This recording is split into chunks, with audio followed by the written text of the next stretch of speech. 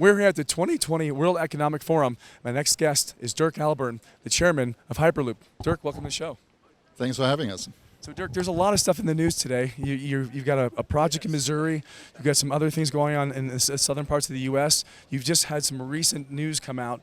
Tell us a little bit about what's going on with Hyperloop. Well, we're in exciting. It's a really exciting times when it comes to mobility. We have been around now for a little bit over 6 years, so of course we have a lot of different projects. You hear a lot about Hyperloop.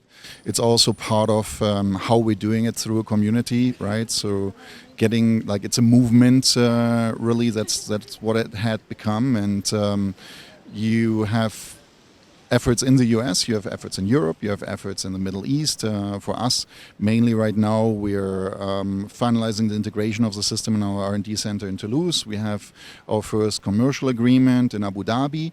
And as you just mentioned, we announced just a couple of weeks ago the finishing of the first interstate independent feasibility study that was done in the US. So it's a study that has been done between Cleveland, Chicago, and Cleveland and Pittsburgh, together with over 80 stakeholders, completely independent, and the results are just amazing. Basically, they're confirming everything that we have said so far. I mean, so of course we knew, but having it from a third party and someone who's in this business and doing feasibility studies for high-speed train projects, confirming what we have always said is great, right?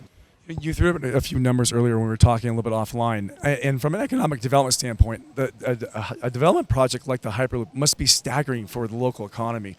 Are we going to see some more progressive movement in the near future?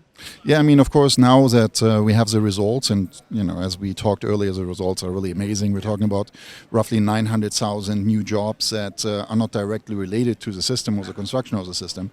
So it has a huge impact on the corridor. And you have income increase around 40%. You have property value increase. Obviously, with that come additional tax income. So the government is happy about that as well. But most importantly, it really confirms that the system makes economic sense. And that's what I want to say, the big news, right? Because there's no train line in the whole world that makes economic sense. Right. The Hyperloop, because we have very low operational costs, can be built. Your investors, so private investors can build it and can get their money back, and then you can actually generate income. And that changes infrastructure completely. I mean, in the US, as you know, we don't have the best infrastructure, right? So infrastructure is lacking, you need to maintain it, and it's partially because it's very, very expensive to maintain it. And so the Hyperloop, if you want so, is a completely new class of infrastructure.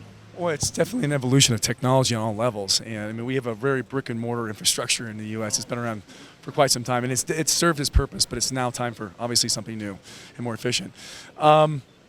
What's next for Hyperloop? So, as I mentioned earlier, we're finishing our integration in Toulouse. We already have agreements for the first commercial line in the Emirates in Abu Dhabi. The big hurdle to overcome is regulation. So we have been working a lot with regulators around the world. We presented the safety guidelines that we did together with TÜV Süd to the DOT in Washington. We're working in Europe with the European Council on creating the regulatory framework. And we've been even working with Munich Re, the largest reinsurance company in the world, and to be able to insure the system, which is a very important step when it comes to commercialization. So now that all of these things, all of these steps have been done, we just need to continue working. We're looking forward to moving the first people inside the Hyperloop. Yeah. We're looking forward to start construction in Abu Dhabi. So 2020 is going to be a big year. Wow, 2020 in Abu Dhabi. What can people do to advocate for the Hyperloop? I know there's a big movement online right now. There's a lot of people, advocating for it to come to local areas. What can people do if they wanted to come to their area? What do they do? So we have a very unique model as a company by itself, which, by the way, is a Harvard case study. So we have over 800 people and over 50 companies that are working together with us and are working in exchange for a participation in the company, for stock options. So that's really what makes it a movement. And So obviously, if someone has ideas about new technologies and how we can make the product better, and I'm not just talking about the capsule that moves inside the tube, but we have a unique opportunity to build the transportation system the way it should be done in 2020. We're always open to hear, new ideas, new inputs. So then, of course, on a political level, support is always welcome. But I must say that actually, all the politicians worldwide that we're talking with are very supportive.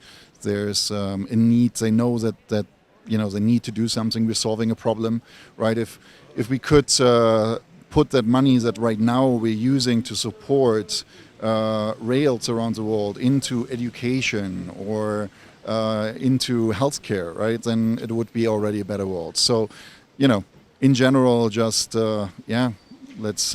We just need to look forward to it and be positive and try to, accelerate a little bit the bureaucracy. That's really what takes a little bit longer. So I know you're really busy, man, and you need to get going. Be our eyes and ears for a minute. You've been up and down the strip. You're here every year. I tried to run you down last year, and we just missed each other. Tell us about what are some of your big takeaways from this WEF?